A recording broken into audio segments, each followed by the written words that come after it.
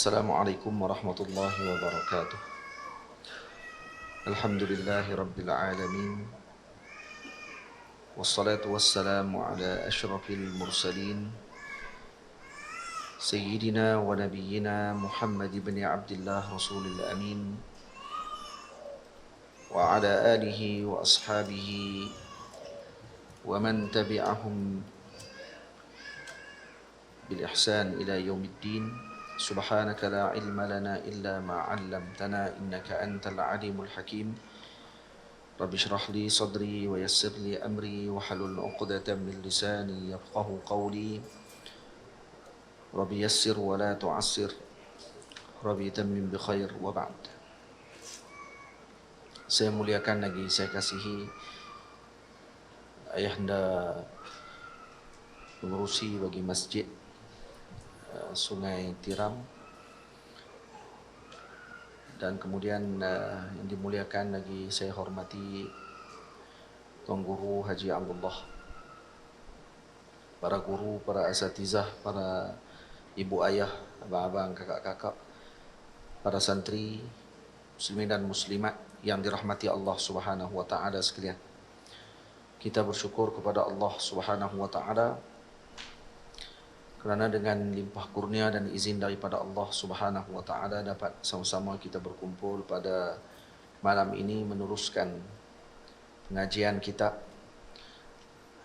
Fathul Muta'ali fi Adabil Ilmi wat Talaqqi, yaitu masuk pada adab penuntut ilmu dengan gurunya, pada bait yang ke-124. Pandanglah gurumu dengan kemuliaan, buruk pandanganmu jatuh kehinaan. Di antara adab murid dengan gurunya adalah sentiasa melihat kebaikan dan juga kemuliaan terhadap gurunya, dan sentiasa beriktikad dengan kesempurnaan ilmu bagi gurunya, dan meletakkan segala urusan apa yang dilakukan dalam kehidupannya di tangan gurunya. Ini bukan mengajar seorang murid tadi menjadi ta'assub, tidak. Sebaliknya ini yang dianjurkan, yang ditunjukkan oleh para sahabat Nabi ridwanullah alaihim ajma'in kepada junjungan besar Nabi kita Muhammad sallallahu alaihi wasallam. Dan para ulama, yakni para guru tersebut yang merupakan pewarisnya para anbiya alaihi wassalatu wassalam, mereka ini diberikan dengan pancaran tersebut. Ya, jadi disebabkan karena itu para murid beriktikad dengan gurunya, mengikut pandangan gurunya, dan malah tidak memandang buruk dengan apa sahaja yang dilakukan oleh gurunya, walaupun ternyata kadang-kadang bercanggah dengan apa yang diinginkan oleh kehendaknya. Maka ini adalah ainu at-ta'zim wal ihtiram. Ini salah satu bentuk ta'zim dan ihtiram kepada gurunya, memuliakan dan mengagungkan gurunya, karena ini akan menghasilkan barakah, ini akan menghasilkan manfaat kepada murid tersebut pada masa yang akan datang. Itu kata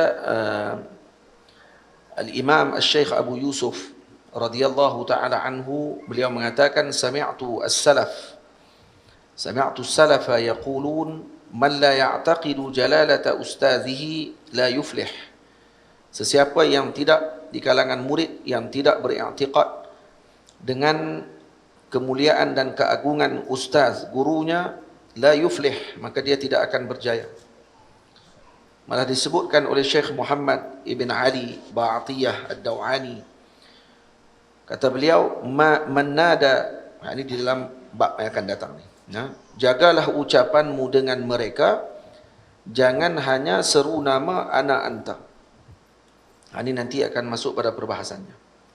Jadi sebelum perbahasan tu, pandanglah gurumu dengan kemuliaan, buruk pandanganmu jatuh kehinaan. Jadi perlu memandang dengan baik sangka kepada apa yang dilakukan oleh gurunya, dan tidak melakukan ataupun berburuk sangka dengan apa yang dilakukan oleh gurunya. Dan ini antara adab yang perlu dilaksanakan oleh seorang murid kepada gurunya. Dan seorang murid tadi tidak bercanggah dengan gurunya, walaupun zahir apa yang dilakukan oleh gurunya tersebut seakan-akan bercanggah dengan apa yang diketahui oleh dirinya. Ini yang telah disebutkan oleh para ulama tentang adab seorang murid dengan guru. Jagalah ucapanmu dengan mereka, jangan hanya seru nama ana anta. Jadi jaga ucapan kita dengan guru. Jangan kita menyeru nama guru kita dengan namanya, sama ada di depan guru kita tersebut atau di belakangnya, sama ada dia masih hidup atau dia telah wafat. Tak boleh sebut namanya semata-mata tanpa disertakan dengan ucapan ta'zim kepada guru kita. Contoh, telah berkata guru saya yang mulia, Syekhuna Al-Ustaz kaza wa kaza. Ataupun telah berkata guru kami yang mulia Al-Allamah Al-Syekh kaza wa kaza. Jadi tidak boleh diletakkan dengan namanya semata-mata. Telah berkata fulan, disebut nama terus tanpa disebutkan gelaran sebagai penghormatan terhadap guru tersebut. Apatah lagi kalau menyebut guru tadi dengan namanya ketika berbincang ataupun ketika mengutarakan kepada seseorang. Dan menyebut ana dan anta dengan guru. Sebut sembang dengan guru dengan ana anta. Anta sihat? Ustaz sihat kah? Anta sihat Ustaz? Anta guna. Tak kenal. Perkataan dengan guru dengan hatta yang lebih muda daripada kita sekalipun, walau guru tadi lebih muda daripada kita sekalipun, maka elakkan daripada menggunakan perkataan ana dan juga anta. Jangan disamakan dengan yang disebutkan oleh para sahabat Nabi ridwanullah alaihim ajma'in kepada Nabi kita Muhammad. Karena ucapan yang digunakan ketika tersebut dengan baginda Rasul dengan perkataan ana dan anta itu tidak menunjukkan kepada pengurangan kedudukan Nabi di dalam hatinya para sahabat. Kalau Nabi, kalau kita lihat dalam riwayat hadis disebutkan ketika Nabi menyebutkan suatu hadis, maka para sahabat bertanya, wala anta ya Rasulullah, walau kamu pun begitu ya Rasulullah, macam tu disebutkan. Wa anta kadzalik, disebut macam tu kepada Nabi kita Muhammad sallallahu alaihi wasallam. Tapi itu tidaklah boleh dijadikan sebagai dalil untuk kita berucap dengan guru kita dengan anta. Kenapa? Karena keadaan telah berbeza. Para sahabat Nabi ridwanullah alaihim ajma'in walau menyebut anta kepada Nabi Muhammad sallallahu alaihi wasallam, tetapi tidak ada di dalam hati mereka perasaan tangkis kepada Nabi, mengurangkan kedudukan Nabi dalam hati mereka sama sekali tidak akan berlaku. Malah Nabi adalah yang paling tinggi, lebih mereka kasihi daripada diri mereka sendiri. Jadi perkataan anta itu tidak memberi kesan apa-apa. Seorang murid kalau dia bercakap dengan gurunya dengan ana dan anta, biasanya itulah yang ada di dalam hatinya dengan gurunya. Dia masih lagi kurang ta'zim kepada guru tadi dengan sebenar-benar ta'zim. Dan dia boleh untuk menidakkan dan juga untuk nak mempertikaikan ucapan gurunya dengan hanya melihat ucapannya ketika berbicara dengan gurunya. Jadi suasana tadi tidak sama dengan para sahabat Nabi. Dan perkara ini disebutkan oleh Al-Imam Badruddin Ibnu Jama'ah radhiyallahu taala anhu yang pada tahun 900 Hijriah lebih telah memberi nasihat kepada para murid agar tidak menyebut gelaran ataupun menyebutkan anta ataupun ana dengan gurunya. Ya, ana kalau bahasa Arab tak apalah, tak ada perkataan saya untuk benda nak tunjuk kata diri saya tu tak ada benda lain melainkan ana saja dalam bahasa Arab. Tamam? Tapi kalau untuk guru, untuk kita nak khitab dengan guru kita, boleh ditukar dengan lebih ta'zim dengan gunakan antum. Kalau nak guna juga bahasa Arab, sebut antum. Antum sihat? Ya Sayyidi, ya Maulana, ya Ustaz, sebut gitu. Tuan Guru, Syekh, Ustaz, apa saja gelaran yang menunjukkan kemuliaan kepada guru kita tersebut. Tamam. Jadi jangan diserukan dengan nama. Itu kata Syekh Muhammad bin Ali Ba'atiyah Ad-Dawani. Kata beliau, man nada syaikhahu bismihi, sesiapa yang menyeru gurunya dengan namanya, Ini nama gurunya lam yamut hatta yazuqal faqra al-ma'nawiyya min al-'ilm. Dia tidak akan mati sehinggalah dia akan merasakan kefakiran maknawi dalam ilmunya. Jadi dia akan fakir dalam ilmu. Dia akan rasa kemanisan dan juga kekayaan ilmu. Itu bahana kepada seorang yang menyeru gurunya dengan nama. Ini dengan maksudnya pada sini dengan tidak mentakzimkan gurunya. Seorang kita boleh lihat bagaimana dia takzimkan gurunya ketika mana dia mengucapkan tentang gurunya. Bagaimana dia telah meletakkan gelar kepada gurunya. Nah, pandanglah gurumu dengan kemuliaan, buruk pandanganmu jatuh kehinaan. Jagalah ucapanmu dengan mereka, jangan hanya seru nama ana anta. Bersabarlah dengan kerasnya gurumu, jika kau menjauh kekallah jahilmu. Jadi di antara adab murid dengan guru iaitu bersabar dengan kekerasan gurunya. Karena bukan semua guru sama sifatnya. Jangan seorang murid berharap mendapatkan guru yang hanya lembut sahaja, tidak dapat guru yang keras. Ya, ada anak murid yang dia orang panggil Allahumma salli ala Muhammad, mau dilayan oleh gurunya.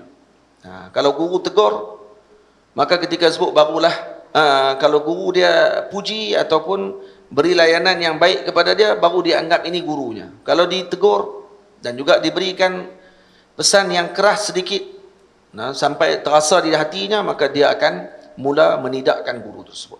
Jadi ini bukan guru yang betul. Ini seorang yang tidak tepat pada ajarannya. Kenapa? Karena tak kena dengan jiwa dia. Karena tujuan datang bukan untuk dididik, sebaliknya dia datang untuk dihormati. Maka akhirnya tak pasti siapa guru, siapa murid ketika itu. Siapa yang dikhidmati dan siapa yang mengkhidmati. Maka ni telah menyebabkan murid yang sedemikian akan diharamkan daripada ilmu yang bermanfaat. Kalau dia dapatkan ilmu dia jadi tidak akan bermanfaat.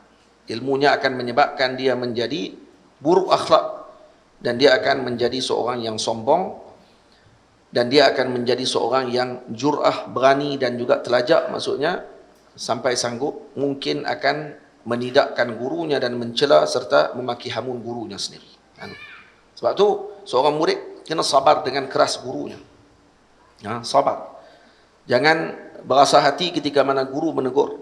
Itu saya pernah cerita sebelum ni, Maulana Syekh Al-Imam Abdul Qadir Isa rahimahullahu ta'ala, guru kepada Syekh Yusuf Bakhur hafizahullah. Ketika mana didatangi tetamu, dia layan dengan Masya Allah tabaraka, baik sungguh layan tetamu. Tapi kalau anak-anak murid dia garang. Anak-anak murid dia di zawiyahnya garang. Tapi dengan tetamu yang hadir melawat beliau, dia akan layan dengan baik. Sebagian murid macam terasa sikit. Kenapa berbeza layanan Syekh kepada tetamu dibandingkan dengan kami? Maka bila diajukan kepada Maulana Syekh Abdul Qadir Isa rahimahullahu ta'ala, maka kata beliau, kalau kamu inginkan layanan, jadi tetamu, kata dia. Jangan jadi murid. Jadi tetamu. Lepas ni jangan jadi murid, main sebagai tetamu. InsyaAllah dilayan. Kamu nak apa sebenarnya? Kamu nak dilayan atau kamu nak dididik? Kamu nak jadi apa sebenarnya? Kalau nak dilayan, kalau nak dihormati macam tu, nak diangkat minumannya oleh guru, diletakkan di depan kamu, maka datang sebagai tetamu. InsyaAllah dimuliakan, InsyaAllah dihormati. Karena adab seorang tuan rumah dengan tetamu begitu. Tapi ketika muridnya bersama dengannya, dia bersikap garang dengan muridnya untuk mendidik para muridnya. Kadang ucapannya mungkin akan menyebabkan muridnya tadi terasa hati. Tapi murid yang terasa kerap dengan gurunya, ini tidak akan mendapatkan kebaikan. Manakala murid yang sentiasa letakkan bahawa segala apa yang diucapkan oleh gurunya tadi adalah sebagai memangkin semangat kepada dia untuk menjadi lebih baik, dan dia akan menjadi lebih beradab, dia akan menjadi lebih mengikuti arahan daripada gurunya, maka ini akan menjadi seorang yang bermanfaat di dunia dan di akhirat nanti, dan dia akan menjadi seorang yang akan bermanfaat kepada umat Nabi Muhammad sallallahu alaihi wasallam. Tamam? Jadi tak boleh hanya orang panggil apa, dia nak guru yang lemah lembut. Pergi jumpa tok guru hak lemah lembut, baru guru hak ni. Mai jumpa dengan tok guru dia garang. Ah, ni bukan tok guru. Ni bukan tok guru kata dia. Kenapa? Karena garang sangat. Tak boleh. Saya tak boleh masuk tok guru garang sangat ni. Garang pun tengok keadaan, bukan garang setiap masa. Garang pada tempatnya lah. Ni asyik-asyik garang. Bagi tidur aja jadi singa dah. Lepas tu pula tengok anak murid buat betul pun tak diberikan ujian yang baik. Anak murid buat tak betul pun lebih kurang sama aja. Jadi akhirnya tak boleh nak dibezakan mana satu keadaan dia yang normal. Yang ni di luar kawalan lah, di luar daripada perkara yang normal. Tapi kebanyakan seorang guru tersebut dia akan marah ketika perlu untuk dimarahi muridnya tersebut. Maka murid yang dimarahi tak perlu berasa hati. Kenapa nak terkoyak dengan tok guru dia? Tak perlu koyak dengan tok guru. Bahasa zaman muda lah ni lah. Orang muda kan bahasa koyak kan. Kena marah sikit koyak. Kena marah sikit koyak. Koyak dengan tok guru. Ajaib. Macam mana boleh koyak dengan tok guru sendiri? Tak. Patutnya dia kena anggap kalau guru bergurau dengan dia, ni adalah satu keindahan bagi dia. Ini suatu perkara yang akan menjadi ingatan yang lama kepada diri dia. Ini kenangan yang besar kepada diri dia. Kenapa? Karena seorang yang dimuliakan, dihormati, melawak dengan dia. Itu maksud dia. Kena anggap bahawa ni mungkin doa daripada guru dan insya-Allah akan menjadi kebaikan kepada murid tersebut. Tapi anak-anak muda zamanlah dia nak dilayan. Dia susah. Tak sama macam anak-anak murid zaman dulu kata orang tua-tua kita. Kalau dia bercerita, tak sama. Sebab tu perlu ada anak-anak muda yang jiwanya ni kental. Kalau datang belajar, niat untuk dididik, bukan niat untuk dilayan. InsyaAllah akan menjadi pelayan kepada umat Nabi Muhammad SAW kelak. Tapi kalau nak dilayan semata-mata, nanti dia akan jadi raja kepada umat. Dan dia tak akan mampu untuk melayani umat Nabi Muhammad. Dia tak akan mampu untuk memberikan panduan kepada umat Nabi Muhammad SAW. Baik. Duduklah terus. Duduklah di hadapannya penuh sopan, seperti engkau datang menghadap sultan. Jadi kalau duduk di depan guru kita, maka duduklah di depannya dengan penuh kesopanan. Jadi jangan duduk dengan duduk yang sombong. Jangan duduk dengan duduk yang sombong. Ini disebutkan dalam kitab ini. Ada satu tulisan yang ditulis oleh seorang ulama. Apa katanya? Dia kata, alla yajlisa mutarabbi'an wala ala sajadatin amama syaikhi bal yanbaghi lahu fi majlisihi at-tawadu'u wat-tasaghuru wal-ishtighalu bil khidmati. Janganlah duduk ni Syekh sebut sini. Jangan duduk ataupun berlagak mulia, sombong bila mana duduk di depan gurumu. Jadi kalau kita mai duduk depan guru kita, jangan duduk dengan duduk yang sombong. Kalau sini sebut wala yajlisa wa alla yajlisa mutarabbi'an, jangan duduk bersila depan guru. Dia. Tapi ini ramai bersila semua ni, macam mana ni? Dah duduk bersila ni sebab mudah nak menulis, tak apa. Ni bukan duduk sombong ni. Tak ada orang dia mai duduk depan guru, memang dia tak akan duduk dengan cara yang menunjukkan kehormatan dia kepada guru. Dia nak duduk macam guru tu duduk. Ni duduk ni sombong dipanggil. Duduk sombong macam tu, ini dicela kepada para murid. Dan juga nak duduk di atas sajadah. Tengok tak mana ada hamparan tempat duduk, dia akan duduk di tempat tersebut. Sebab tu kita kalau pergi ke rumah para guru, kena tengok dengan baik dan kena perhati dengan elok di mana tempat dia duduk sebenarnya. Tak mana tempat guru tu duduk. Kena tanya dulu, jangan pakai hantam duduk. Tak boleh macam tu. Duduk tempat yang bukan ditentukan oleh guru tersebut. Dan kalau guru tadi tentukan ataupun bukan guru, tuan rumah mana sekalipun tentukan tempat duduk kepada kita, jangan dibangkang tuan rumah tersebut. Ramai orang kita suka bangkang kita ketika mana dia mai duduk dalam rumah orang, tuan rumah kata, "Sila duduk di sini." Tak apa. Saya duduk kat sini. Mana pandai pula dah. Ini tak ada adab. Tuan rumah suruh duduk di situ. Kerana dia lebih tahu keadaan rumah dia. Dan dia suruh duduk di situ. Tak perlu nak ubah tempat duduk. Kalau dia kata, "Sila, duduk di sini." Dia dah tak apa-apa, saya duduk kat tepi ni. Dia pula pandai-pandai. Ni ramai. Dan memang rasanya semua pakak pernah buat. Kan? Konon-konon tawaduk. Tu tak tawaduk apa panggil tu? Tu biadab. Tu bukan tawaduk tu. Pergi rumah orang tu bukan tawaduk. Dia ingat tawaduk kalau tuan rumah suruh duduk kat sini, dia nak pergi duduk kat tepi pintu. Kalau duduk tepi pintu, kemungkinan waktu tu akan menghadap ke bilik isteri dia. Mungkin nampak dalam bilik isteri dia. Sebab tu dia tak pergi duduk situ. Dia suruh duduk di tempat yang mungkin menghalang pandangan mata kita daripada nampak ke tempat yang tak sepatutnya. Duduk di tempat tu. Boleh faham? Nah. Jadi lepas ni pergi rumah orang, kalau tuan rumah suruh duduk tu, duduk kat mana dia suruh duduk. Jangan duduk pandai-pandai, pergi duduk tempat kita nak duduk. Lain kali buat-buat tawaduk. Kata ni, tak apa, saya duduk sini, tak apa. Bukan tu cara dia. Tu bukan cara dia. Tambah lagi di rumah para guru. Ada kerusi satu, duduk. Kemudian ada kerusi banyak lagi. Kerusi tu pula nampak dah jelas-jelas kata duduk kat tengah. Biasanya Tok Guru duduk kat situ. Kita pipi duduk kat tu dulu. Duduk sini ya. Tok Guru teman-teman tengok, oi, duduk dah. Tok Guru pun duduk kat tempat lain. Nah, kalau dia beradab, kalau Tok Guru tadi jenis tak kata apalah, dia Tok Guru kalau jenis kata, dia tak main rumah orang, pakai duduk ikut dan. Kalau dia kata macam tu, macam nak agak-agak. Kita akan bangkit kata, oh Tok Guru ni tak kena, tak hormat tetamu. Ini jadi gitu pula dah. Yang kita main kadang-kadang tak jaga kita punya adab dan hak tuan rumah, kita tak jaga. Jadi sebab tu kena jaga, dua pihak kena jaga. Yang biasanya para guru tak akan kata macam tu lah. Dia akan biar saja orang tu duduk. Tapi kita ni yang nak mengaji ni, yang kita ni nak mengambil barakahnya mereka, kita yang kena reti dengan perkara tersebut. Itu dia. Jadi kata Syekh kata apa? Alla yajlisa mutarabbi'an wala ala sajadatin. Tidak boleh duduk.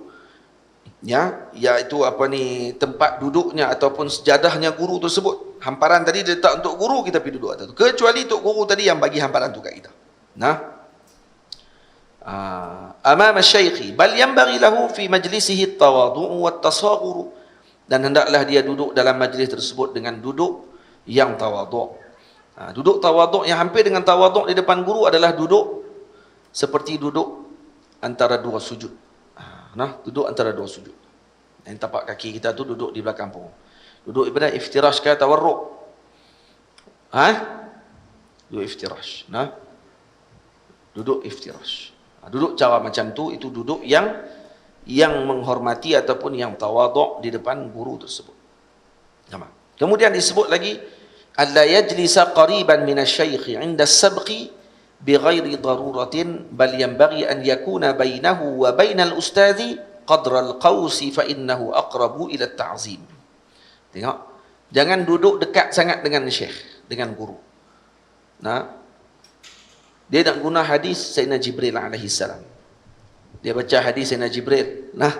Sayyidina Jibril datang kepada Nabi sallallahu alaihi wasallam, kemudian bainama nahnu julusun inda Rasulillah sallallahu alaihi wasallam zata yaumin idh tala'a alaihi rajulun shadidu bayadi siyabi shadidu sawadi sya'ri la yura alaihi atharu safar wa la ya'rifuhu minna ahadun hatta jalasa ala nabi sallallahu alaihi wasallam wa asnada rukbatayhi ila rukbatayhi wa wada'a kaffayhi ala fakhidayhi. Baca hadis tu.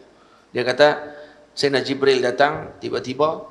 Setelah Sayyidina Umar radhiyallahu anhu meriwayatkan hadis, sedang kami duduk bersama dengan Rasulullah di dalam Masjid Nabawi, tiba-tiba datang seorang lelaki yang bajunya putih bersih, rambutnya hitam berkilat.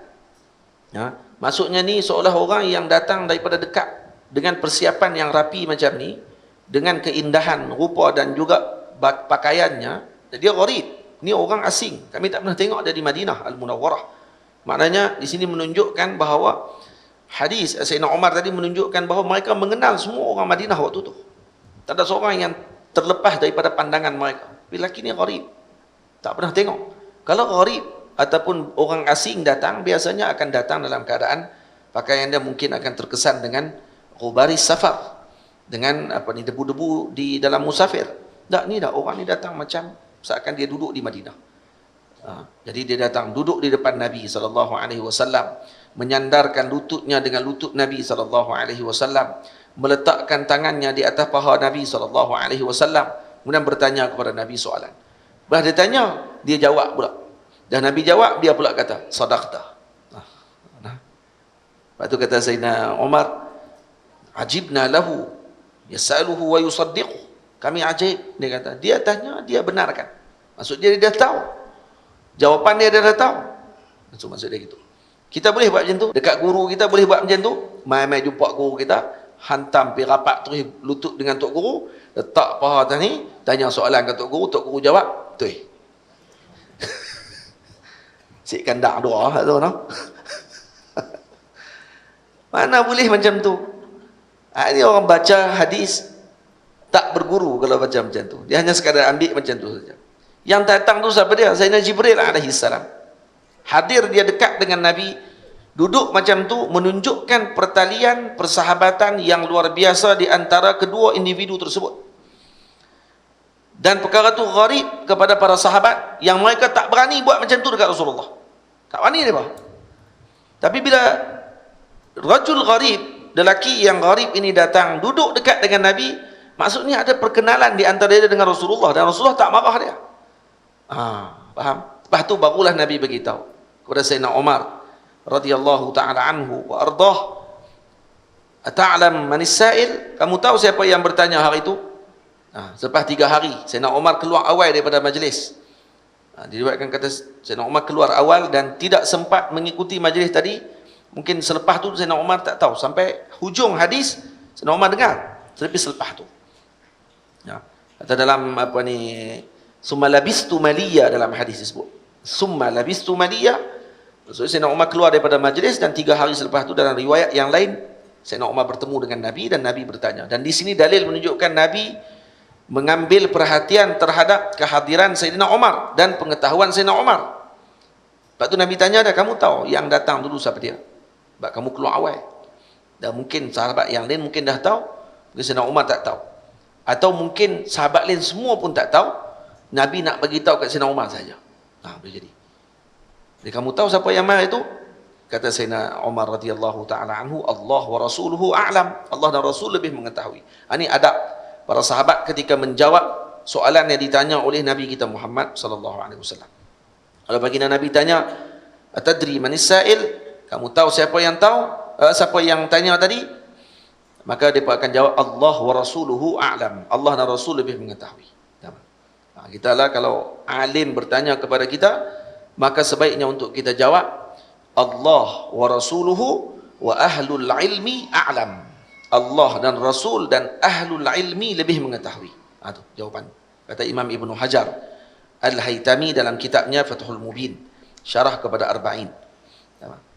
Tapi kalau Tok Guru tanya dalam imtihan, dalam exam, tak boleh jawab itu.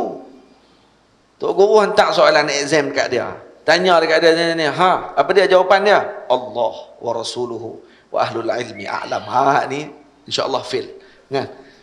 Ya, beradak tapi tak kena tempat. Dia ada tempat dia. Sekarang ni test untuk ada exam, imtihan, mana boleh jawab macam tu. Ni kalau Tok Guru tanya tadi dan murid tadi ditanya dalam majlis, tahu tak apa dia maksud sini? Jadi guru tadi diketahui bahawa tujuan dia bertanya tadi adalah untuk dijawab para muridnya, untuk bertanyakan lagi manfaat lebih daripada gurunya. Karena kemungkinan kalau dia jawab hanya sekat tu saja, tapi kalau dijawab oleh gurunya, dia akan tambah lagi manfaat ilmu dengan jawapan tersebut.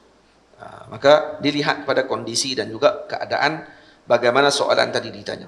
Jadi murid kena tambih, murid kena beri perhatian. Dia kena bezakan, guru je ni tanya nak test dia kah? Guru ni tanya untuk berikan manfaat lebih dengan jawapan daripada guru tu sendiri. Tengok balik.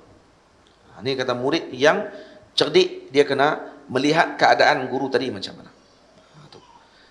Tu pun adab dengan guru sebenarnya. Tahu kata guru kita sekarang ni dia tak suka, dia marah, dia jangan tanya dia waktu ni. Tahu kata guru ni waktu ni dia nak makan. Apa yang patut kita buat? Tahu kata guru dia sekarang ni nak minum, tanpa perlu bagi isyarat kepada murid dia tersebut. Maka dia memahami apa yang dikehendaki oleh gurunya, maka ini adalah murid yang diberkati oleh Allah Subhanahu wa taala. Tamam.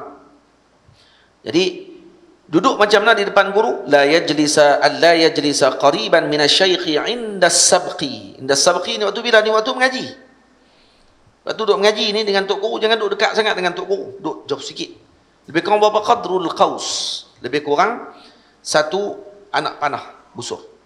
Busur anak panah lebih kurang dalam 1 meter contohnya. Nah, duduk jarak dengan guru kita lebih kurang 1 meter. Ini kalau lelaki ni, kalau perempuan lebih lagi lah kena jauh.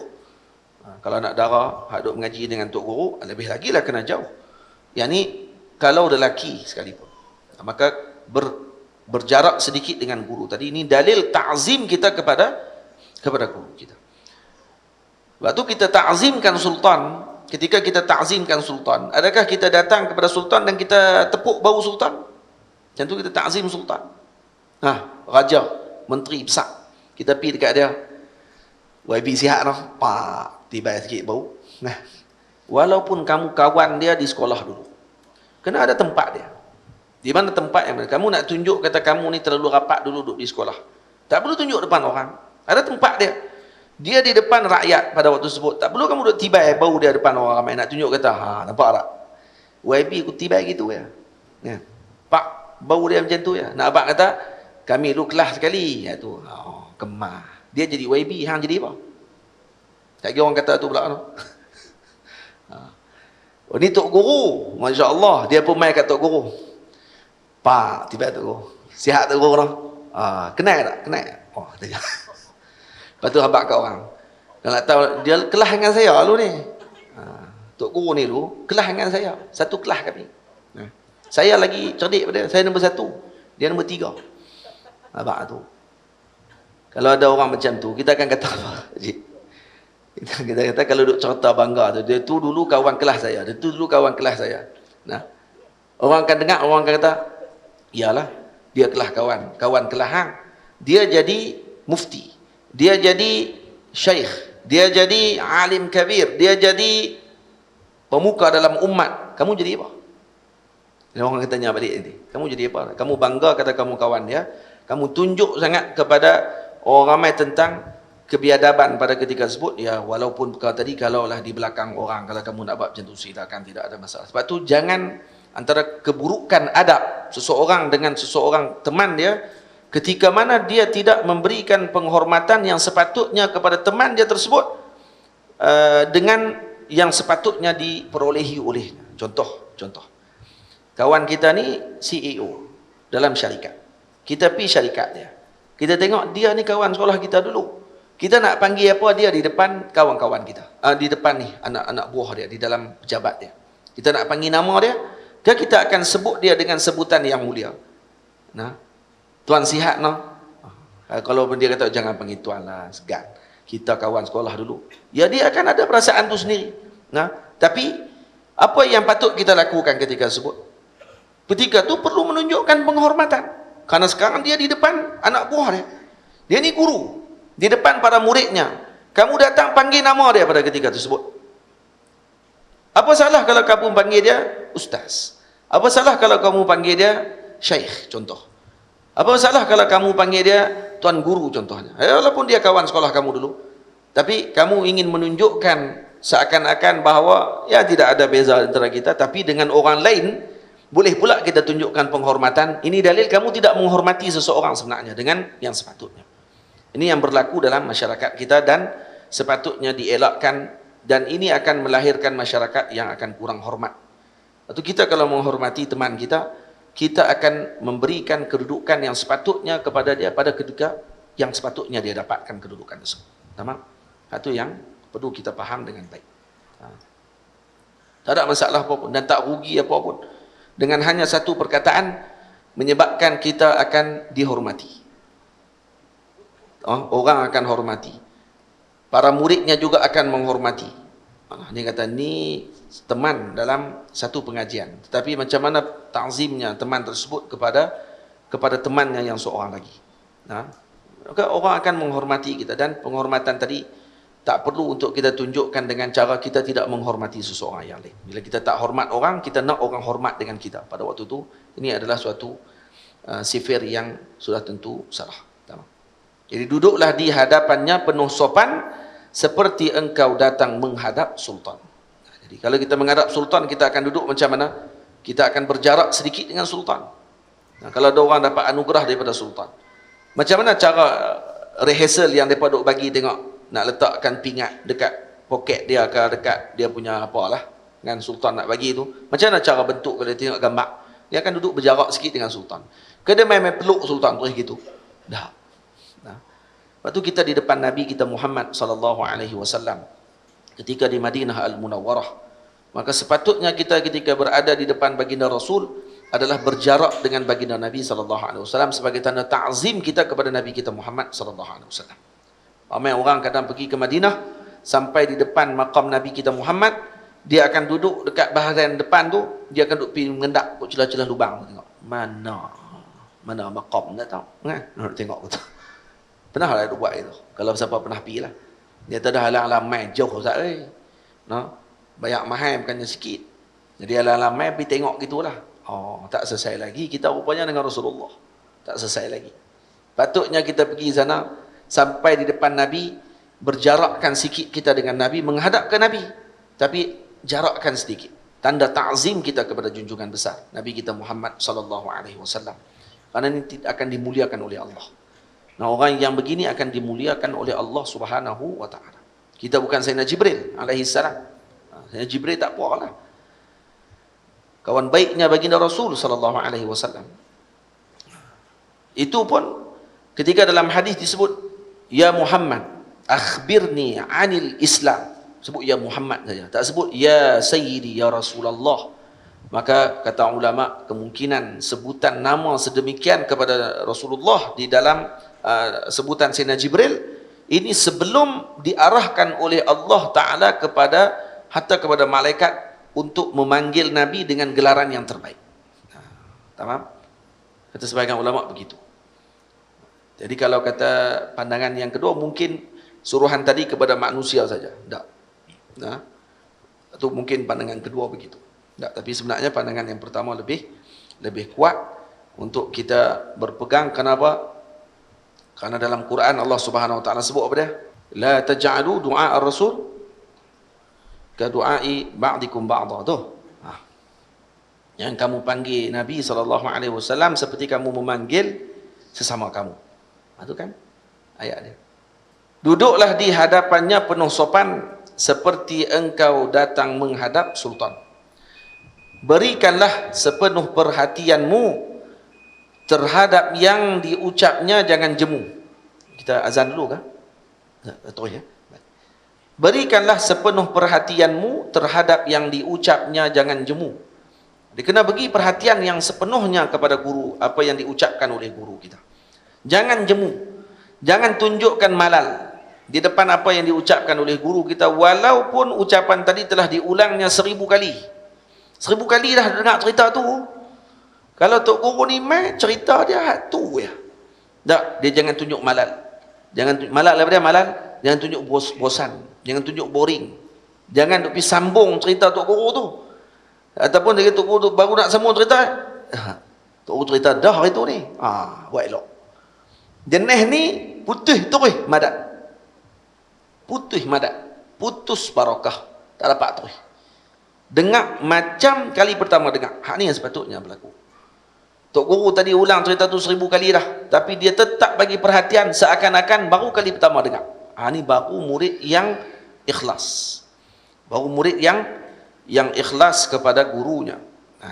Dan dia akan mendapatkan manfaat yang besar dalam pengajiannya. Tapi ramai di kalangan murid yang tidak melaksanakan adab tersebut, menyebabkan mereka tidak mendapatkan manfaat yang semaksimum mungkin ketika belajar. Sebab tu adab pengajian ni perlu diajar kepada para murid di sekolah rendah, sekolah menengah, universiti dan seterusnya. Kena mengaji adab. Kitab adab ni kena ada. Ada silibus sebenarnya di sekolah. Bukan pendidikan moral saja ni, pendidikan adab. Adab macam mana nak masuk rumah. Itu adab dengan, maksudnya dengan umum. Tak ni adab dengan guru. Sebab tak ada adab tu lah yang menyebabkan para murid jadi biadab dengan gurunya di sekolah. Para murid tidak ada lagi sifat ta'zim kepada ilmunya. Dan kerana murid yang benar, mereka akan mentakzimkan apa sahaja yang berkait dengan ilmu. Kitab ilmu. Ahli ilm. Kitab tak akan letak di bawah. Tanpa dilapik dengan sesuatu. Dan angkat dengan ta'zim. Menerima apa yang diberikan oleh gurunya, menerima dengan penuh ta'zim. Ini antara adab seorang murid dengan gurunya. Faham? Kalau guru dia bagi hadiah kepada dia dengan sesuatu hadiah, dia tak akan tukar hadiah tadi kepada seseorang, dan tak akan jual hadiah tadi, tak akan bagi kepada orang. Ini hadiah daripada gurunya. Kata sebahagian para masyayikh kami, duit yang diberikan oleh guru tidak akan digunakan duit tersebut, malah disimpan duit tadi. Ditulis pula duit ni dihadiahkan oleh guru fulan pada tarikh sekian, disimpan dalam beg duit dia.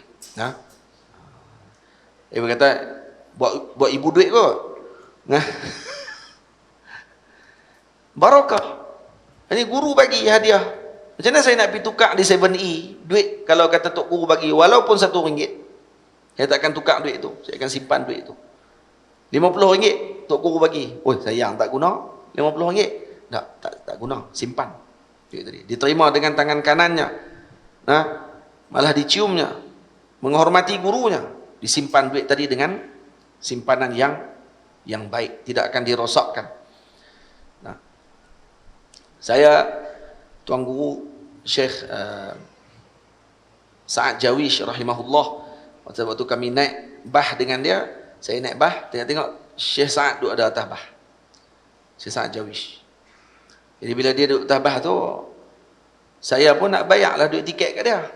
Rupanya dia bayar awal lagi, dia bayar kat kita awal lagi. Tiket tak mahal pun, harga lebih kurang 5 kupang je. Tapi kita nak bayar lah Datuk Guru naik bah ni.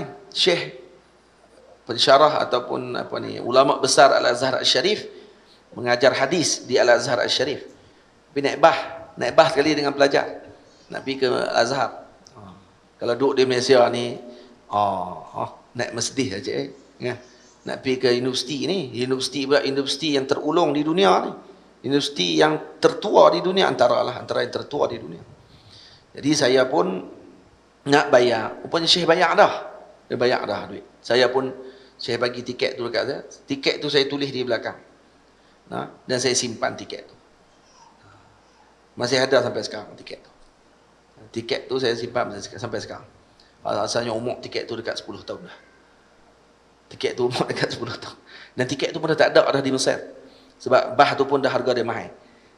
Dan boleh tahulah harga tiket waktu zaman tu berapa harga dia. Saya simpan. Tiket tu pun saya simpan. Sebab tu ada seorang syekh bagi hadiah kepada muridnya dengan kain burdah. Anak murid dia ni buat lapik kaki. Tok guru bagi burdah dekat dia. Kain tu, kain rida tu bagi hadiah. Tok guru mai rumah dia, tengok-tengok dia buat lapik kaki. Apa kata tok guru ni kepada anak murid dia? Dia kata, ya bunai, wahai anakku yang tercinta, jangan kamu jadikan hadiah daripada fuqara ni dengan sesuatu yang menghinakan macam tu. Kamu letak di bawah kaki kamu. Tak. Dan kena anggap, kata para masyayikh, hadiah yang diberikan oleh para guru kepada seorang murid tadi, fihi hikmatun wa asrar. Ada hikmah dan juga ada asrar, rahsia yang tertentu yang kemungkinan murid tadi tidak ketahui, melainkan kalau dibukakan oleh Allah hatinya untuk melihat kelebihan-kelebihan dengan hadiah yang diberikan tersebut. Sebab tu jangan pandang enteng dengan hadiah yang diberikan oleh para guru kita. Tapi anak murid lah tak ada. Kalau tok guru bagi hadiah apa pun, dibiarkan. Diletakkan mata-mata. Kemudian yang panggil apa? Bagi tasbih ke anak murid. Tahu mata. Tak tahu ni tasbih siapa, tak tahu. Tinggal habis semua. Orang ni tasbih, kalau kata ni buh di tengkok, takut tertinggal, buh di tengkok. Ada orang kata, ish, pelik nampak dengan Sami Buddha. Oh, Sami Buddha mai kok mana? Sami Buddha awak pegang tasbih sebut la ilaha illallah ke? Allah subhanallah. Macam mana nak sama dengan Sami Buddha ya? Tak sama Sami Buddha lah. Awak Sami Buddha dulu kah pakai tasbih di tengkok ni, nak tanya. Ni pelik. Macam mana boleh qiyas ma'al fariq ni? Dia qiyahkan benda yang tak sepatutnya. Ada orang dulu tak buat. Siapa tahu orang dulu tak buat? Berlambak-lambak gambar para masyayikh dulu pakai tasbih di tengkok. Ada kitab siap tulis tasbih di tengkok. Dia buat pelik, kata takut fitnah. Fitnah ni mai kok mana fitnah? Kita sendiri yang pandai duk tulis perkataan fitnah tu. Mai kok mana fitnah? Pandai-pandai sebut fitnah. Pandai-pandai jadi fitnah benda tu. Jadi fitnah mai kok mana? Kita pun jadi heran. Mai mana yang tiba-tiba boleh kata kalau pakai tasbih di tengkoknya di fitnah. Boleh pergi sama pula dengan Shaolin Buddha. Ajaib. Ajaib. Nah, ajaib maksudnya apa dia? Kenapa ajaib tadi? Karena tak tahu benda basic. Basic je pun.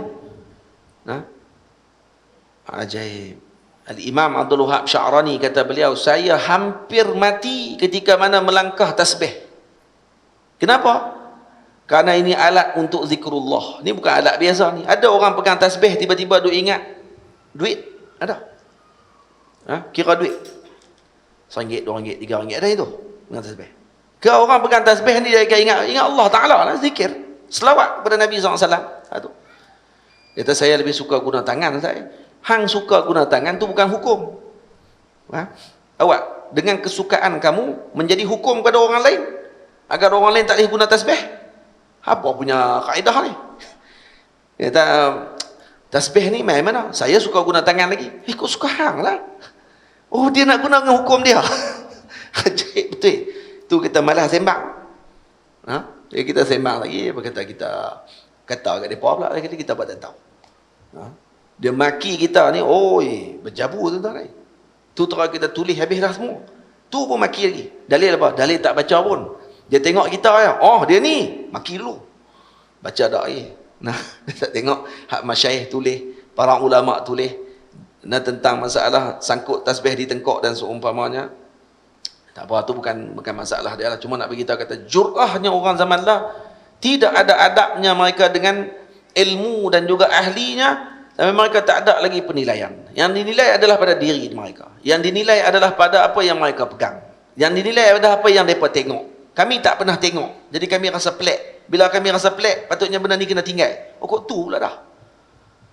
Mereka mana jadi hukum jadi dengan sebab dia pelik. Jadi jangan boleh pergi tengok benda tu ada depan mata dia. Ajaib. Memang ajaib. Lepas tu kena mengaji. Mengaji. Ha, jangan duk buat khiyah ikut dan kita. Benda tak kena duk pergi khiyah.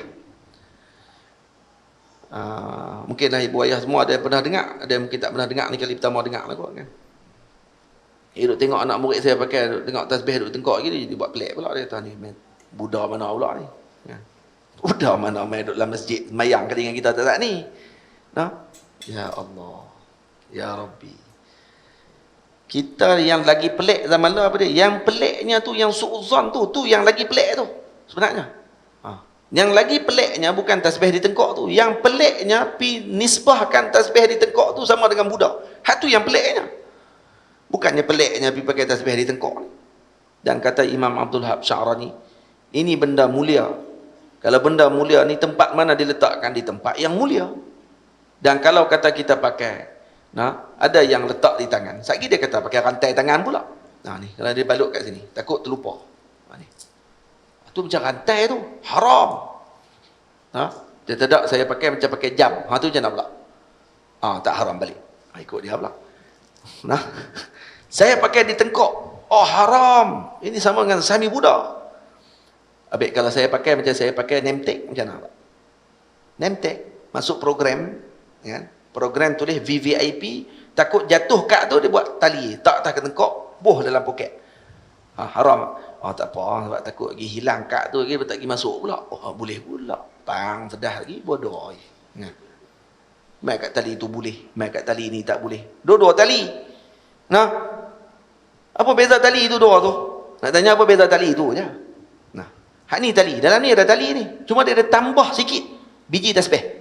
Hak tadi tali juga. Cuma dia tak buh biji tasbih. Baik, kalau dia buat tali tu biji tasbih, macam mana? Dia pergi balut tali tu, dia pergi rajin, dia pergi buat balut bagi jadi bulat. Buat balut lagi bulat. Macam Sayyidina Abi Hurairah radhiyallahu anhu, ada biji tasbih beliau dibuat daripada benang. Dibalut benang, bulat, 1000 benang. Dan digunakan setiap malam untuk berzikir, dan dia tidak akan tidur lagi tak selesai wirid sebanyak 1000 kali. Sayyidina Abi Hurairah, sahabat Nabi. Kamu pula pandai-pandai. Saya lebih suka guna tangan. Okey, sila, tak ada masalah apa. Guna tangan tasbih 1000 tengok. Subhanallah, subhanallah. Tidak. Allah tambah nak tadi tu. Allah lupa. Dia subhanallah. Dia kata pegang tasbih bukan dan terlepas tak. Subhanallah. Allah tak apa. Tak apa. Kurang-kurangnya ni pun jadi saksi juga nanti ni di akhirat nanti, dan ada digunakan oleh para awliya illah salihin. Faham? Tu. Abaikanlah tu, banyak kali dah saya duk syarah pasal tasbih tu. Tak perlu diulang-ulang lagi. Cuma saya nak beritahu kokok lah, ada di kalangan ibu ayah hak baru mai duduk dalam masjid ni, tengok orang macam tu, dia tu kata buat benda pelik, dia kata. Ada juga yang kata ni takut jadi fitnah akhir zaman ni apa semua. Tak usah. Abaikan, tak mau dengarlah benda-benda macam tu. Kenapa? Karena tak ada khidmah ilmiah langsung dengan ucapan tadi. Tak ada sumber ilmu langsung. Berucap macam tu, apa dia sumber ilmu dia? Hujah apa macam tu? Tu bukan hujah tu. Tu atifi dipanggil. Atifi tak boleh masuk dalam hukum. Dia masuk dengan perasaan dia. Saya rasa. Oh, hukum fiqh dengan saya rasa. Oh, jenuh macam tu. Imam Syafi'i ingat buat keluar hukum dengan rasa dia. Saya rasa hukum dia harus kot. Gitu. Imam Syafi'i buat keluar hukum. Syarimi? Ni saya buat muka black. Ingat. Berikanlah sepenuh perhatianmu terhadap yang diucapnya, jangan jemu. Beri perhatian dengan apa yang diucapkan oleh guru kita, jangan jemu dengan apa yang diucapkan olehnya. Seakan-akan macam kita dengar kali pertama. Ni, walau dah mendengarnya 1000 kali, tetap menganggap ini pertama kali. Walau dengar dah 1000 kali dah, tetap menganggapnya mendengar pertama kali. Berkhidmatlah dengan gurumu saudara, walau hanya meletakkan sepatunya. Khidmat dengan guru. Ini antara perkara yang telah kurang dilakukan oleh sebahagian murid, malah sebahagian menganggap bahawa ini menghinakan diri mereka, iaitu khidmat. Khidmat. Zaman dulu tok-tok guru ada bendang. Anak murid main mengaji, kemudian pakai khidmat dengan tok guru, pi menabuk padi, pi mengerak padi dengan tok guru. Kadang depa pi mengerak. Tok guru ada ladang getah. Maka anak murid pakai pi duk motong getah kat situ. Dulu, zaman dulu. Lama-lama dah tak ada macam tu. Jadi bentuk khidmat macam mana? Apa sahaja cara khidmat kepada guru tersebut, maka perlu dilakukan oleh murid tadi kepada gurunya. Jadi jangan seorang murid tadi mengabaikan khidmat kepada gurunya, walau jauh walaupun dekat. Hak dekat dengan cara khidmatnya kepada guru dengan sekian, yang jauh dengan cara yang sekian. Cuma nak khidmat dekat tok guru pun kena perhati juga. Jangan semua asal nak khidmat. Dia main kat tok guru, dia tengok tok guru tua-tua, dia pun nak khidmat, kata saya nak urut tok guru, boleh tak nak khidmat ni? Dia pun main pegang kaki tok guru urut. Rupanya kaki tu hak sakit kali tu. Tok guru kena gaut. Tak ada nak cerita, dia pergi urut dah. Lah kali tok guru pun tahan. Nak marah, maki satgi budak ni lari terus tak main dah. Lah kali tok guru pun senyap, tahan sakit. Dan akhirnya bertukarlah khidmat tersebut. Tok guru pula berkhidmat kepada dia. Yang ni berkhidmat menjaga hati dia. Dia nak khidmat ke tok guru, rupanya terbalik. Tok guru khidmat kat dia, tok guru khidmat jaga hati dia. Syaribi? Bukan Syarimi lah. Yang anak murid saya tak apa. Saya tak ada gaut lah. Saya kata saya ada gaut pula. Tak, saya tak ada gaut. Gaut tak ada. Kencing manis tak ada. Alhamdulillah lah sekarang ni. Darah tinggi tak ada. Alhamdulillah. Tapi kadang-kadang gitulah. Ada orang main buat dengan kata Syekh Ali Tanwi rahimahullahu ta'ala dalam kitab adabnya, dia cerita berkenaan dengan ada orang yang datang nak khidmat dengan tok guru tapi tak kena cara. Tak tanya dekat murid yang paling tua dalam majlis tersebut. Tanya kat anak murid tua dulu. Tanya dulu kepada yang paling hampir dengan tok guru. Kita nak main macam mana cara dia? Nak buat macam mana nak khidmat dengan tok guru? Nak cara kena tanya gitu dulu. Betulnya. Zaman lah macam-macam lah. Zaman lah ada juga yang kadang nak panggil tok guru mai tempat dia, mai nak suruh bagi ceramah apa semua sekali, tapi dia punya atok tu boleh tahan. Dia atok tok guru pula. Dan yang penting bukan di Penang lah. Lagi lagi bambu pula tu. Saya ke tu? Dah.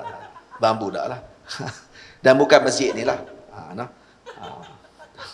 Boleh. Jadi ada kadang main panggil tok guru. Panggil tok guru.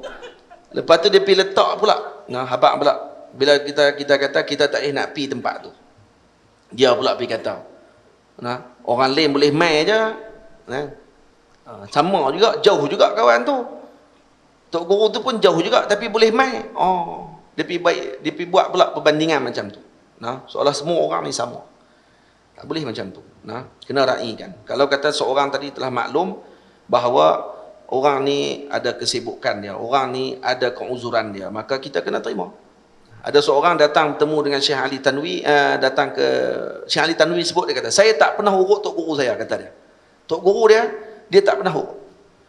Maulana Yaqub Sahib rahimahullahu taala, tok guru beliau, tak pernah dia urut.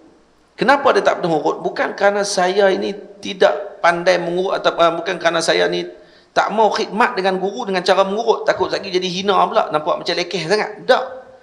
Tapi kerana saya tak pandai urut, kata dia. Berapa saya nak urut, tu lagi nak urut, patutnya jadi tok guru jadi elok, jadi tak elok terus lepas tu. Kaki patutnya jadi betul, jadi bengkok lagi kaki tok guru. Takkan kacau nanti. Ilhamuddin. Dia, saya suruh dia urut saya. Ni Ilhamuddin, saya suruh dia urut saya. Dia urut saya guna minyak panah. Lagi panah, lagi dia tambah minyak tu. Oh, lagi hebat, saya kata. Ni kemah ni, kata.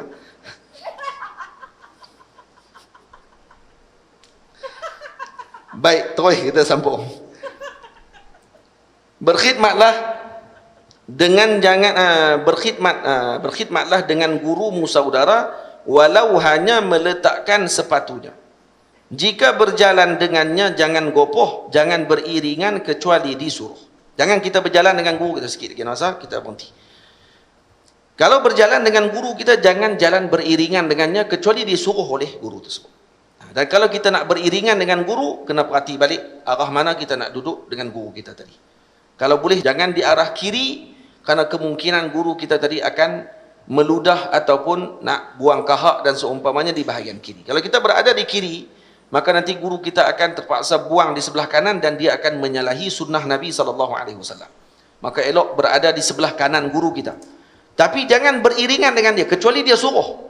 Duduk belakang sikit daripada tok guru kita. Ini tanda adab kita dengan beliau. Dan yang kedua, tengok pula arah matahari daripada belah mana. Ni nak, kalau nak jalan dengan tok guru, arah matahari mai ikut mana. Kalau arah matahari mari dan bayang guru kita ke kanan, jangan di kanan. Kenapa? Karena nanti akan memijak bayang guru kita. Faham? Kalau di kiri, jangan di kiri, belakang sikit. Karena nanti akan memijak bayang guru kita. Ini kena perhati bagi elok. Sebab tu berjalan waktu siang dengan jalan waktu malam berbeza. Di waktu siang, kata ulama, berjalan dengan guru di belakang. Waktu malam, berjalan dengan guru di depan. Kenapa? Karena ada lubang, kita jatuh dulu, tok guru kemudian. Faham? Tok guru kemudian. Tok guru kemudian tu macam tok guru pun nak kena jatuh juga. Tak, maksud di sini, kalau tok guru di waktu malam, tok guru kita tok guru di belakang kita, kita di depan beliau, karena kalau ada apa-apa masalah, kita yang akan terkena terlebih dahulu. Itu cara dia. Baik. Berkhidmatlah dengan guru, minta maaf. Jika berjalan dengannya, jangan gopoh, jangan beriringan kecuali disuruh. Kalau guru kita suruh kita beriringan dengannya, baru boleh. Dan jangan bertanya soalan yang ataupun apa-apa yang soalan yang sepatutnya di dalam perjalanan tersebut. Ini karena ini akan menyebabkan kurang perhatian guru tersebut. Jadi duduk jalan tu pergi tanya hadis. Duduk jalan tanya pula fiqh. Tengah duduk jalan. Tak, ni tidak ada. Bagi guru tu berhenti dulu, duduk, sembang bagi elok-elok, tak apa. Tamam? Imam Malik radhiyallahu anhu, satu hari didatangi seorang muridnya, tengah duduk berjalan kaki tak balik daripada Masjid Nabawi, dia berhenti tahan tok guru, berhenti tahan Imam Malik, kata, wahai Imam, saya datang terlewat tadi, saya datang daripada jauh, musafir datang ke Madinah untuk mendengar hadis, saya terlepah satu hadis tadi, kata lelaki tersebut, alim tadi. Ini waktu dia talib, waktu dia penuntut ilmu. Maka Imam Malik kata, kamu menuntut hadis di sini, tengah jalan macam ni? Kata, mai kasut. Imam Malik kata, mai kasut kamu tu. Maka dia pun keluar kasut dia. Tak tahu Imam Malik nak buat apa, bagi kasut dia kat Imam Malik. Imam Malik pegang kasut tu, tibai kepala dia. Satu. Macam ni tuntut hadis. Dua. 3, 4, berapa kali? 20 kali. 20 kali kena tibai kepala disebabkan kenapa? Kerana tanya hadis di tengah jalan. Dan apa yang berlaku selepas tu? Imam Malik kata tarik anak murid ni pergi duduk di tepi, duduk di sini, maka diucap dan diriwayatkan pula hadis, 20 hadis kepada murid tersebut menggantikan 20 kali pukulan. Dia minta satu je, Imam Malik bagi 20, ganti balik 20 kali pukul. Kata anak murid, dia kata apa? Tengok ni, anak murid yang ikhlas. Kata dia, wahai Imam, kalau saya tahu kamu akan buat macam ni, saya biarkan kamu pukul saya 100 kali pun tak apa, kata dia. Kenapa? Kerana akan dapat 100 hadis, kata dia. Maksudnya sebahagian murid, dulu para murid sanggup menerima hukuman daripada guru untuk mendapatkan ilmu, berbeza dengan zaman sekarang yang kesemuanya dengan senang. Siang hari perhatikan bayangannya, jangan sampai kau terpijak di atasnya. Hadirkanlah dia di dalam doamu, itu tanda syukurmu mendapat ilmu. Antara tanda murid yang baik, dia akan sentiasa mendoakan gurunya di dalam doanya. Tak akan lupa gurunya walau sedetik pun. Itu tanda murid yang baik. Setiap solat waktunya akan didoakan gurunya. Dan di antara tanda guru yang baik, dia akan mendoakan murid-muridnya dengan kebaikan, ilmu yang bermanfaat dalam setiap doanya kepada para muridnya. Dan moga-moga kita mampu menjadi para murid yang baik dan mampu menjadi para guru yang baik, insya-Allah. Dan moga-moga kita dapat bertemu pada bulan hadapan, menyambung adab penuntut ilmu dalam majlis gurunya, insya-Allah taala. Saya mohon ampun, mohon maaf terkasar bahasa dan juga tersalah dalam bicara. InsyaAllah kami dah jamak tadi. Saya nak mohon izin kerana kami nak ke Kuala Lumpur terus. Jadi malam ni juga nak ke Kuala Lumpur, ada urusan di sana. Jadi saya mohon izin daripada jemaah semua untuk kami dengan jemaah dengan santri Zawiyah semua, kami akan keluar lagi. Tak kira panas. Saya kena bagi tahu selalu. Kalau saya dah buat jamak, saya kena bagi tahu siap-siap sebab takut fitnah. Tak kira orang kata ni, Tok Guru ni Raja mai ke sini tak pernah mai jemaah dengan kami pun insya. Oh. Walaupun soalan tu tak patut tanya pun, dia tahu kata kami mai jauh. Tapi saya kena bagi tahu sebagai adab saya kepada tuan rumah untuk saya maklumkan perkara tersebut. Jadi saya mohon ampun, mohon maaf ada tersalah bicara. Moga-moga kita dapat bertemu pada pertemuan yang akan datang untuk menyambung kembali bacaan kitab ini. Sallallahu alaihi sayyidina Muhammad. Saya ucap terima kasih banyak kepada ayahanda pengurusi masjid Al-Maghfirah Sungai Tiram, juga kepada Abang Abu, juga kepada seluruh yang ahli jawatan kuasa masjid dan seluruh yang mengikuti majlis ini sama ada secara langsung atau tidak langsung. Walhamdulillahi rabbil alamin. Allahumma salli afdalas salatin ala as'adil makhluqatika sayyidina Muhammadin wa ala alihi wa sahbihi wa sallim adada ma'lumatika wa midada kalimatika kullama zakaraka az-zakirun غافل عن ذكرك الغافلون اللهم صل أفضل الصلاة أسعد المخلوقات كسيدنا محمد وعلى آله وصحبه وسلم عدد معلوماتك ومداد كلمات ذكرك الذاكرون وغفل عن ذكرك الغافلون اللهم صل أفضل الصلاة على قاتك سيدنا محمد وعلى آله وصحبه وسلم عدد معلوماتك ومدادك كلما ذكرك الذاكرون وغفل عن ذكرك الغافلون صلى الله على سيدنا محمد وعلى آله وصحبه أجمعين والحمد لله رب العالمين. السلام عليكم ورحمة الله وبركاته.